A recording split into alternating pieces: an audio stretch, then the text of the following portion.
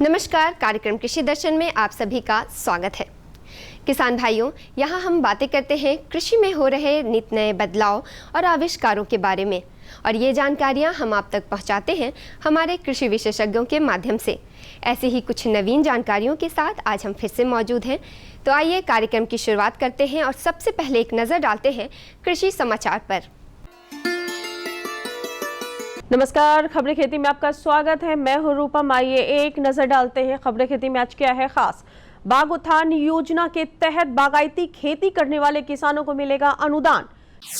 ठंडी तासीर वाले अमरूद के उन्नत प्रभेदों का करे चयन, बढ़ेगा मुनाफा। केले की खेती से मिली वैशाली के रंजीत को एक अलग पहचान। किसान भाइयों, बिहार सरकार ने राज्य के किसानों के लिए बाग उत्थान अभियान वर्ष 2022 शुरू किया है, जिसमें बागायती खेती करने वाले किसानों को अनुदान मुहैया कराया जाता है। इस योजना के तहत किसानों को बागायती खेती में आम और लीची के पेड़ों के चारों ओर थाल बनाया जाएगा ताकि पेड़ों का अच्छे से विकास हो सके। पेड़ों के चारों ओर थाल बनाने के लिए किसान को प्रति थाल 110 रुपए मिलेगा। साथ ही पेड़ों की पोताई के लिए किसानों को 50 रुपए प्रति पेड़ के हिसाब से दिया जाएगा। इस योजना का लाभ उठा सकते हैं किसान भाई ऑनलाइन आवेदन कर। इसमें जो पुराने बाग हैं हमारे, उन बागों को जो है उसमें थाला बनाना और उसमें जो है जो 1 मीटर ऊंचा तक उसमें जो है चूना, फफूंदीनाशक और कीटनाशक से पुताई करना, जिससे जो कीटों से हमारा बाग का पेड़ों का बचाव होगा। किसान भाइयों, पौधों के बढ़वार में सबसे ज्यादा जरूरी होता है पौधों का चयन। दरअसल नर्सरी से लाए गए पौधों का जड़ या तो प्लास्टिक से बंधा रहता है या फिर पुआल से। इस बात का ध्यान रखें किसान भाई। पौधों की रोपाई से पहले उसके प्लास्टिक या पुआल को अवश्य हटा दें, नहीं तो पौधों में पहुंचने वाले जो सही विकास है वो नहीं हो सकेगा। किसान भाइयों, आप किसानों की आय को दोगुनी करने के उद्देश्य से लगातार कृषि वैज्ञानिक नई नई तकनीक खोजते रहते हैं, जिससे किसानों की एक ओर जहां आय बढ़ती है वहीं कमाई दोगुनी हो जाती है। ऐसी ही एक तकनीक है बगीचों की पड़ती जमीन में सब्जी और हल्दी की खेती। इस विधि से खेती करने पर साल भर एक फसल के साथ साथ अन्य फसल लेकर किसान भाई अपनी आय को बढ़ा सकते हैं, दोगुनी कर सकते हैं। किसान भाइयों, ठंडी तासीर वाला अमरूद पेट की बहुत सारी बीमारियों में काम आता है। हल्के हरे रंग का अमरूद बेहद ही आसानी से उपलब्ध है, जिसे लोग सालों भर खाना पसंद करते हैं। इसलिए जो किसान भाई अमरूद के उन्नत किस्मों के साथ अमरूद का उत्पादन करते हैं, उन्हें यह अमरूद फल मेहनत और बेहतरीन फल दे जाता है। इलाहाबाद सफेदा, अर्का मृदुला, इलाहाबाद सुरखा, ललित, श्वेता, अर्का, अमूल्य आदि अमरूद के उन्नत प्रभेद हैं। इन प्रभेदों को अपनाकर अगर आप खेती करते हैं तो निश्चित तौर पर उत्पादन का आपको अधिक से अधिक लाभ मिलता है।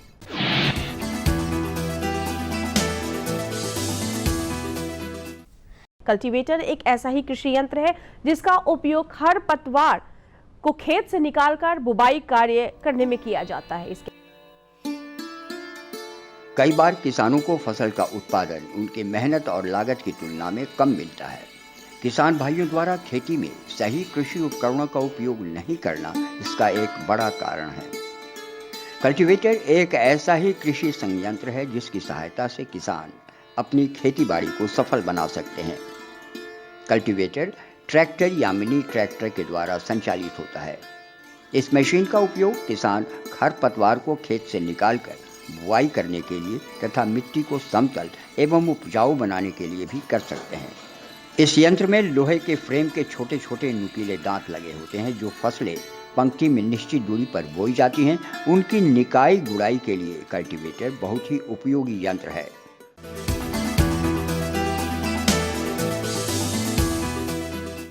किसान भाइयों, सफलता की आज की इस महत्वपूर्ण कड़ी में हम आपको लिए चल रहे एक ऐसी कहानी की ओर जो केले की खेती करते हैं और वैशाली जिले में आज खास पहचान रखते हैं। जी हाँ, मैं बात कर रही हूँ रंजीत कुमार की। तो आइए सुनते हैं इनकी सफलता की कहानी इन्हीं की जुबानी। हाजीपुर को केला का शहर कहा जाता है क्योंकि बिहार में सबसे ज्यादा अगर केले की खेती होती है तो वो है हाजीपुर। यहाँ के किसानों की मुख्य आजीविका का साधन भी केले की खेती है। वैशाली जिले के चंद्रालय गांव के ऐसे ही एक सफल किसान हैं रंजीत कुमार, जिन्होंने अपने पूर्वजों द्वारा विरासत में मिली केले की खेती को आगे बढ़ाया और आज एक सफल किसान से सफल व्यवसायी बन गए हैं।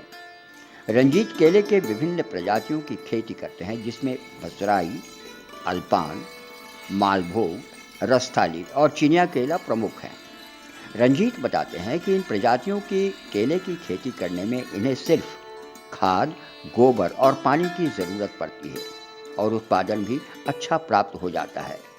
यहाँ बरसाइन, अल्पान, कंथाली, मालभोग और चीनिया ये केला यहाँ पर उपलब्ध होता है और बीट लगाने की ज़रूरत नहीं होती है। इसमें खाद, पानी और गोबर की ज़रूरत होती है। एक बीट जो है अप्रॉक्स एक साल में तैयार हो जाती है और आपको मान के चलिए कि सालाना अगर 10 कट्ठा का प्लॉट है तो साल में आपको 50 से 55 हज़ार रुपये खर्च होंगे और महीने का 10 से 15 हज़ार रुपये का केला कट जाता है। आइए अब एक नजर डालते हैं मंडी के ताजा भाव पर। आइए एक नज़र डालते हैं राजधानी पटना के अंटाघाट सब्जी मंडी में और जानते हैं हरी सब्जियों के ताजा भाव। टमाटर 2800 से 3200 रुपये प्रति क्विंटल, भिंडी 2200 से 2800 रुपये प्रति क्विंटल, नेनुआ 2200 से 2800 रुपये प्रति क्विंटल, करेला 2400 से 2800 रुपये प्रति क्विंटल और परवल 2800 से 3200 रुपये प्रति क्विंटल। किसान बंधु, आइए चलते चलते आपको लिए चलते मौसम के मिजाज की ओर, जहां जानेंगे अगले 24 घंटे में राजधानी का तापमान। राज्य के कई हिस्सों में बादल छाए रहेंगे जिससे तापमान में आर्द्रता बनी रहने की संभावना है। इसके अलावा कुछ जगहों पर छिटपुट बारिश भी होगी। अगले 24 घंटे में राजधानी पटना का अधिकतम तापमान 37 डिग्री सेल्सियस एवं न्यूनतम तापमान 27 डिग्री सेल्सियस तक बने रहने की संभावना है। तो किसान भाइयों, कृषि समाचार में अभी आपने खेती की नवीनतम तकनीक, नीतियां, सूचनाएं, मंडी भाव और मौसम का हाल जाना। यहाँ पे लेंगे एक छोटा सा विराम के बाद हम जल्द हाजिर होंगे। आप बने रहें हमारे साथ।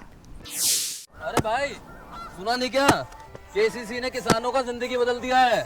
देश के छोटे किसान 1,60,000 रुपये तक का कर्ज बिना किसी गारंटी को ले पाएंगे। ब्याज खोरों से भी पीछा छूटा। मैं तो जैविक खेती का पूरा सामान मंगा लिया, केसीसी का भी कोई दबाव नहीं है। ब्याज चुकाने के लिए पूरा 1 साल मिलता है। समय पर भुगतान करने पर केवल 4% के सालाना ब्याज पे लोन मिल गया मुझे। अपना आधार कार्ड, लेटेस्ट फोटो और जमीन के कागजात लेके अप्लाई करो बस। और नामांकन भरने के लिए जेब भी ढीली नहीं करनी पड़ी।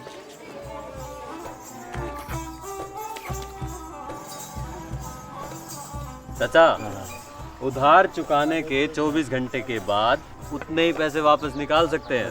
केसीसी ने किसानों की जिंदगी वाकई बदल दी है।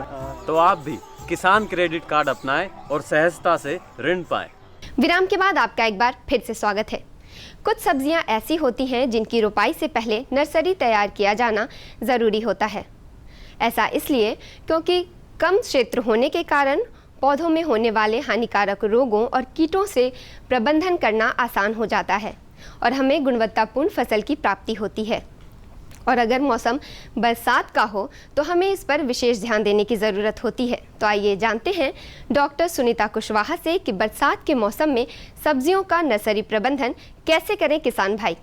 नमस्कार किसान भाइयों, कृषि दर्शन कार्यक्रम में आप सभी का स्वागत है। किसान भाइयों, बरसात का मौसम शुरू हो चुका है और इस संबंध में और इस मौसम में जो आज हम बात करने वाले हैं वह है सब्जियों की नर्सरी प्रबंधन के बारे में। और इस खास विषय पर बातचीत करने के लिए हमारे साथ जुड़ चुकी हैं डॉक्टर सुनीता कुशवाहा, जो वरीय वैज्ञानिक कृषि विज्ञान केंद्र वैशाली में कार्यरत हैं। हम कृषि दर्शन कार्यक्रम में डॉक्टर सुनीता कुशवाहा का हार्दिक स्वागत करते हैं। मैडम, बहुत बहुत स्वागत है कृषि दर्शन कार्यक्रम में। धन्यवाद, बहुत बहुत। मैडम, आज इस संदर्भ में जो मेरा सबसे पहला सवाल है वह यह है कि सब्जियों की नर्सरी के फ़ायदे क्या हैं और उसके लाभ क्या हैं, ये हमारे किसान भाइयों को मैडम आप बताएं। किसान भाइयों, बरसात का मौसम है और ऐसे में हमारे जो किसान भाई सब्जी की खेती करने जा रहे हैं उनको ये जान लेना बहुत ही आवश्यक है कि बरसात में नर्सरी की देखभाल कैसे करें। नर्सरी जो है उसके क्या लाभ हैं ये जानना ज़रूरी है, क्योंकि नर्सरी बनाने में हमारे किसान भाई ध्यान नहीं देते हैं और बहुत महंगा बीज होता है और उसको ऐसे ही खेत में लगा देते हैं, जिससे आने वाले समय में काफ़ी नुकसान उठाना पड़ता है। तो नर्सरी के क्या फ़ायदे हैं ये आपको हम बताना चाहेंगे। पहला तो ये कि नर्सरी जब आप एक चयनित जगह पे बनाते हैं तो उसकी देखभाल अच्छे से कर पाते हैं। उसमें जो बीज डालते हैं उससे जो पौधे तैयार होते हैं वो काफ़ी अगेती हो जाते हैं, इससे आपकी फसल जल्दी तैयार हो जाती है। इसके साथ साथ उसकी आप देखभाल भी अच्छी तरीके से कर पाते हैं, उससे जानवरों से बचाव कर सकते हैं और आपके अनुसार उसका मैनेजमेंट कर सकते हैं। इसके साथ ही साथ जो जगह होती है उसका चुनाव क्योंकि आप स्वयं करते हैं तो आप अपने अनुसार उसका मैनेजमेंट कर सकते हैं। जैसे कि बरसात के मौसम में अचानक बारिश आ जाती है, तो यदि आप कोई व्यवस्था नहीं रखेंगे और भूमि का चयन ढंग से नहीं करेंगे तो हो सकता है उस जगह पे जल का जमाव हो जाए और आपकी सारी नर्सरी ख़राब हो जाए। इसके साथ ही साथ आप उस ऐसी जगह पे लगाए हैं जहाँ पे कि आप पॉलीथीन लगाकर या बांस का फट्टी लगाकर पॉलीथीन लगाकर पॉलीटनल अगर उसका नहीं बना पा सकते हैं तो भी आपका नर्सरी जो है वो ख़राब हो जाएगा। इसलिए नर्सरी आपका चुनाव और नर्सरी बनाना दोनों ही बहुत आवश्यक है, विशेषकर बरसात के समय में। मैडम, सब्जियों की नर्सरी के लिए जो भूमि का चयन हो वो हमारे किसान भाई भूमि का चयन किस तरह से करें, कैसी भूमि हो जिसके लिए किसान भाई सब्जियों की नर्सरी के लिए उपयुक्त भूमि का चुनाव किस तरह से करें? राजेश जी, आपने ये बहुत ही अच्छा प्रश्न किया है, क्योंकि अभी के समय में किस तरीके से भूमि का चुनाव करें ये जानना ज़रूरी है। हमारे किसान भाई जो भी नर्सरी बनाने जा रहे हैं वो ये देख लें कि जो ज़मीन है वो ऊंची हो और आपके घर के नज़दीक की हो, जहाँ की आप उसकी देखभाल अच्छे से कर सकें। इसके अलावा वहाँ पर किसी भी प्रकार के जानवर से नुकसान होने की संभावना भी ना हो और जल निकास की अच्छी व्यवस्था हो। इसके साथ ही साथ जो सब्जी की नर्सरी है इसमें इस बात का विशेष ध्यान रखें कि नर्सरी में एक बीमारी आती है डैम्पिंग ऑफ। इसके चलते क्या होता है कि पूरी नर्सरी का पौधा नर्सरी में ही सड़ जाता है और फिर उसको बचाना काफ़ी मुश्किल हो जाता है। इसलिए आप जब भूमि का चयन करें तो इस बात का ध्यान रखें कि पूर्व में उस ज़मीन पर डैम्पिंग ऑफ की बीमारी तो नहीं आई थी। इस तरीके से उस बैक्टीरिया या उस फंगस का जो फंगस है वो आपका उस खेत में ना हो, यानी कि जीवाणु जो ख़राब बैक्टीरिया होते हैं या ख़राब जीवाणु हैं या ख़राब माइक्रो ऑर्गेनिज्म हैं, उससे आपकी रोग मुक्त ज़मीन होनी चाहिए ताकि आप स्वस्थ सीडलिंग को तैयार कर सकें। इसके साथ ही साथ आप इस बात का भी ध्यान रखें कि वहाँ पर पूरी तरीके से रोशनी आनी चाहिए। ऐसा नहीं कि छायादार स्थान पर बना दें, इससे क्या होगा कि पौधे का ग्रोथ अच्छा नहीं होगा, नर्सरी आपकी ख़राब हो सकती है। बहुत ही अच्छी जानकारी मैडम आपके द्वारा दी जा रही है। और इसी संदर्भ में जो अगला सवाल है, जो कि बहुत ही महत्वपूर्ण सवाल है, कि हमारे जो किसान भाई हैं वह नर्सरी की समुचित तैयारी किस ढंग से करें, किस तरह से करें? देखिए, नर्सरी की तैयारी सही तरीके से करना बहुत ज़रूरी है, क्योंकि इसमें आप पौधा लगाते हैं तो सबसे पहले तो जो ऊंची भूमि का आपने चयन किया था वहाँ की जो मिट्टी है उसको कम से कम 2 से 3 बार अच्छी तरीके से जुताई कर लें। जुताई करने के बाद आप देख लें उसमें किसी भी तरीके के ढेले या कंकड़ ना हो। अगर उसमें कंकड़ पत्थर है तो उसको निकाल दें और ढेले हैं उनको बारीक करवा दें। इसके बाद उसमें 1 क्विंटल सड़ी गोबर की खाद को है अच्छी तरीके से मिला दें और साथ भी उसमें 5 से 10 किलोग्राम वर्मी कंपोस्ट का भी उपयोग करें और इन दोनों खादों को अच्छी तरीके से उस एरिया में मिला दें। हमारे किसान भाई आपको ये बताना चाहेंगे कि 1 हेक्टेयर ज़मीन, 1 हेक्टेयर के लिए अगर आप पौधा तैयार करना चाहते हैं तो उसके लिए 1 मीटर चौड़ाई की और कम से कम 2 मीटर लंबाई की 25 क्यारियाँ बना लें। इतनी क्यारियाँ 1 हेक्टेयर जो सीडलिंग है ये पौधा तैयार करने के लिए काफ़ी होगा। और जब ये पौधा आप तैयार जहाँ पे लगाने जा रहे हैं उसमें जब देखिए अभी हमारे जितने भी किसान भाई हैं लगभग जो सब्जी की खेती करते हैं वो हाइब्रिड बीज लगाते हैं और संकर बीज काफ़ी ही महंगा होता है। तो इस बीज को एक दाना भी अगर ख़त्म होता है तो समझ लीजिए कि आपको 10 रुपये का लॉस हो जाता है। तो हमारे किसान भाई जब बीज की बुनाई करें तो उसको कतारबद्ध तरीके से करें, उसमें ब्रॉडकास्टिंग बिल्कुल ना करें, क्योंकि इससे फिर आगे के कल्चरल ऑपरेशन करना काफ़ी कठिन होता है। इसलिए आप 10 सेंटीमीटर की क्यारियाँ बना लें, पंक्ति से पंक्ति की दूरी 10 सेंटीमीटर रखें और हल्की उंगली से एक लंबी सी लाइन बनाएं और उसी में एक बीज को कतारबद्ध तरीके से गिरा दें। बीज को गिराने के बाद उसके ऊपर हल्की सी बालू बिछा दें और बालू बिछाने के बाद या तो सूखी पत्तियों का या फिर पुआल उसको अच्छी तरीके से लगा दें, जो कि मल्चिंग का काम करता है। मल्चिंग लगाने के कई फ़ायदे होते हैं। एक तो ये कि जब आप पानी देते हैं हजारा का उपयोग करें, पानी देने के लिए हजारा का उपयोग करते हैं तो ऊपर से जब पुआल रहता है तो जो सीड है वो उस पर प्रेशर नहीं आता है और आसानी से उसको नमी मिल जाता है, पानी मिल जाता है और वो जर्मिनेट करता है।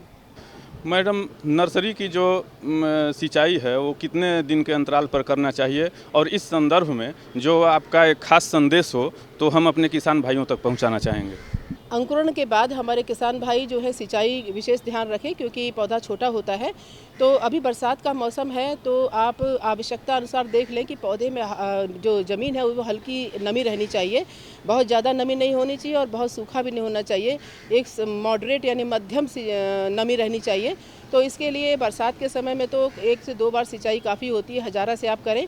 और यदि गर्मी का मौसम होता है तो कम से कम 3 से 4 बार सिंचाई की आवश्यकता होती है और सिंचाई हमेशा शाम के समय में करें, कभी भी दोपहर में ना करें। और किसान भाई बरसात के समय में ड्रेंचिंग अवश्य करें। इसके लिए ये डाइथेनम 45 नामक दवा आती है, 2 ग्राम 1 लीटर पानी में घोल बनाकर अच्छी तरीके से पौधों के ऊपर स्प्रे कर दें, ताकि पौधा जो है आपका डैम्पिंग ऑफ बीमारी से सुरक्षित रहे। तो किसान भाइयों, सब्जियों की नर्सरी के संबंध में आपने आज महत्वपूर्ण जानकारी प्राप्त की और इसके लिए हम मैडम का हार्दिक धन्यवाद अर्पित करते हैं। बहुत बहुत धन्यवाद राजेश जी। तो किसान भाइयों, अभी आपने बरसात के मौसम में सब्जियों का नर्सरी प्रबंधन करने की जानकारी हासिल की। आइए अब आपको कार्यक्रम के अगले सेगमेंट में लिए चलते हैं, जहां हम जानेंगे जूट फसल में सड़न तकनीक एवं रेशा निकासन क्या है, और इसकी जानकारी हमें दे रहे हैं डॉक्टर शिव प्रसाद सिन्हा। किसान भाइयों नमस्कार, कृषि दर्शन के इस कार्यक्रम में आपका स्वागत है। किसान भाइयों, हम एक ऐसे फसल की बात करने जा रहे हैं जो बहुत ज़्यादा तो नहीं, लेकिन कुछ हमारे बिहार के कुछ खास ऐसे एरिया हैं, कुछ ऐसे क्षेत्र हैं जहाँ के लिए मुख्य फसल और काफ़ी नगदी फसल के रूप में जानी जाती है। जी हाँ, हम बात कर रहे हैं जूट की। जूट की खेती हमारे बिहार में कई ऐसे क्षेत्र हैं जहाँ काफ़ी अच्छे पैमाने पे की जाती है और काफ़ी अच्छा उत्पादन भी, किसानों ने भी इसमें काफ़ी अच्छा उत्पादन किया है और अच्छा नाम कमाया है। तो आइए आज बात करते हैं हम जूट की खेती के बारे में। जूट की खेती के बारे में बात करने के लिए हमारे साथ मौजूद हैं भोला पासवान शास्त्री कृषि महाविद्यालय पूर्णिया के विभागाध्यक्ष सस्य विज्ञान विभाग के डॉक्टर SP सिन्हा। डॉक्टर साहब, आपका हमारे इस कार्यक्रम में स्वागत है। जी धन्यवाद। डॉक्टर साहब, सबसे पहले हम जूट के बारे में जानना चाहेंगे, चूँकि हमारा विषय है जूट की सड़न तकनीक और रेशा निष्कासन, हम इसी पर बात करना चाहते हैं। तो सड़न तकनीक सबसे पहले हम जानना चाहेंगे कि सड़न तकनीक क्या है। सड़न तकनीक से में भी कोई खास तकनीक है, कोई खास विधि है, इस पर बताइए। जी ऐसा है किसान भाई, जो भी हमारे किसान भाई जूट की खेती करते हैं बिहार में, वो किसान भाई ज़रूर जानते हैं कि सड़न तकनीक जो है वो जूट के पौधे को पानी में सड़ाया जाता है और सड़ाने के बाद उनसे रेशा निकाला जाता है। इसी तकनीक को हम लोग सड़न तकनीक कहते हैं और रेशा निष्कासन तकनीक कहते हैं। किसान भाई सबसे पहले ध्यान रखेंगे कि जब जूट का फसल तैयार हो जाता है, यानी लगभग बुआई के बाद 120-25 दिन का हो जाए, तब उसको किसान भाई खेत में काट लेते हैं और काटने के बाद उसको 3 दिन तक खेत में छोड़ देते हैं ताकि उसका पत्ता वगैरह झड़ जाए खेत में। और झड़ने के बाद किसान भाई क्या करेंगे कि उसका बंडल बनाते हैं। तो बंडल बनाने में सावधानी रखते हैं कि मोटा को मोटा के साथ, पतला को पतला के साथ, यानी सिमिलर एक जैसा जो है, मोटा पौधा है तो मोटा के साथ बंडल बनाएंगे, पतला है तो पतला के साथ बंडल बनाएंगे। और बंडल बनाना है 15 से 20 सेंटीमीटर डायमीटर का। तो 15 से 20 सेंटीमीटर डायमीटर का ही बंडल बनाना है और उस बंडल में ऊपर से पत्तियां को, ऊपर के पोर्शन को काट के हटा देते हैं और उसको तब उसको बंडल बनाने के बाद किसान भाई उसको ले जाते हैं पहले तालाब में। और तालाब या नहर या हल्का पानी बहने वाली नदी, यदि पानी में हल्का बहाव हो और नदी हो या नहर हो तो सड़न तकनीक सबसे अच्छा वहीं होता है, जो हल्की हल्की धारा वाली पानी होती है। यदि वैसा प्रबंधन नहीं है, किसानों के पास वैसा व्यवस्था नहीं है, तो किसान भाई स्वच्छ तालाब में भी, साफ़ सुथरा तालाब में भी इस सड़न तकनीक को अपना सकते हैं। तो सड़न तकनीक अपनाने के लिए किसान भाई क्या करेंगे, सबसे पहले उस बंडल को खड़ा करके और 4-5 दिन तक नीचे रख देंगे, खड़ा करके नीचे। और नीचे जो जड़ वाला पोर्शन होता है उसका रेशा थोड़ा ज़्यादा ये होता है, टाइट होता है, उसको सड़ने में ज़्यादा समय लगता है, इसीलिए पहले उसको खड़ा रखते हैं। और खड़ा रखने के बाद तब किसान भाई उसको क्या करते हैं कि 4-5 दिन खड़ा रखने के बाद फिर उसको स्लैंटिंग पोजीशन में, लिटाने वाला पोजीशन में गिरा देते हैं। और गिराने के बाद उसका ऐसा जल में उसका डुबोते हैं कि नीचे से मिट्टी भी नहीं सटे, मिट्टी से नीचे से 4-5 इंच ऊपर रहे और ऊपर से भी 4-5 इंच नीचे डूबा रहे। तो इसके लिए किसान भाई क्या करेंगे कि जैक बनाएंगे और जैक बना के ऊपर से कंक्रीट का लॉग या पुराना लकड़ी का लॉग हो, नया लकड़ी का लॉग नहीं करेंगे, बेल का लकड़ी का लॉग नहीं करेंगे, आम का नया लकड़ी का लॉग उसमें नहीं डालेंगे डुबोने के लिए, और मिट्टी भी नहीं डालेंगे। तो बड़ा बड़ा पत्थर रख सकते हैं, कंक्रीट स्लैब रख सकते हैं, और उस पर से यदि वो सब कुछ गंदा चीज़ है तो उसके लिए प्लास्टिक हुई ऊपर से कवर करके और तब उसको रखेंगे। और रखने के बाद जब ज़्यादा टेम्परेचर रहेगा तो अमूमन 15 दिन, 16 दिन, 17 दिन में उसका रेटिंग सड़न हो जाता है। लेकिन जब टेम्परेचर कम होता है उस दशा में लास्ट में जो करते हैं तो टेम्परेचर जब कम हो जाता है तो सड़न में ज़्यादा समय लगता है। सर, बड़ी अच्छी जानकारी थी सड़न तकनीक की, लेकिन इसमें और एक है रेशा निष्कासन। तो रेशा निष्कासन क्या है, कि कौन सी विधि उसमें अपनानी चाहिए कि अच्छी क्वालिटी का रेशा निकले, ज़्यादा रेशा निकले?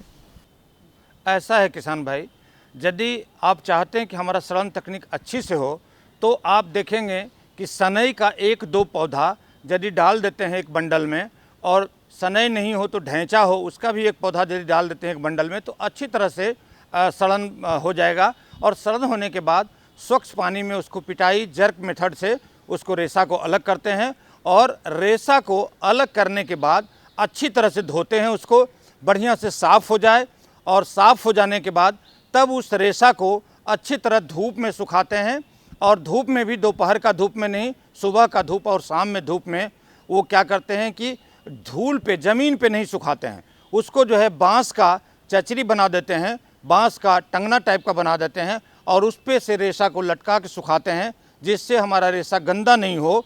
और ध्यान रखना है किसान भाइयों को कि कम सड़न भी नहीं हो, यदि अच्छा से सड़ेगा नहीं तो बढ़िया फाइबर नहीं बनेगा, और यदि ओवर रेटिंग हो जाएगा, ज़्यादा सड़ जाएगा तो भी फाइबर हमारा कमज़ोर हो जाएगा। तो इसलिए किसान भाई सड़न का बहुत अच्छी तरह से ये हो जाए और उसके बाद तब उस रेशा को निकालें। जितना अच्छा रेशा निकलेगा और जितना साफ़ सुथरा रेशा होगा उतना ही बाज़ार भाव मिलेगा।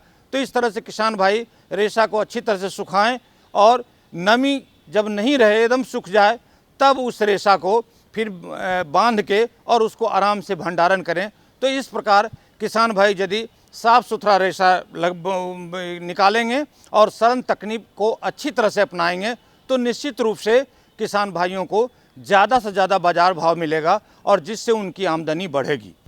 सर, जूट की खेती के लिए, चूँकि आज भी हमने पहले भी कहा था कि जूट की खेती बिहार में भी बहुत कम हुई है, लेकिन कुछ कुछ जगहों पे अच्छी खेती है। जूट के खेती के बारे में हमारे बिहार के किसानों को आप कुछ संदेश देना चाहेंगे?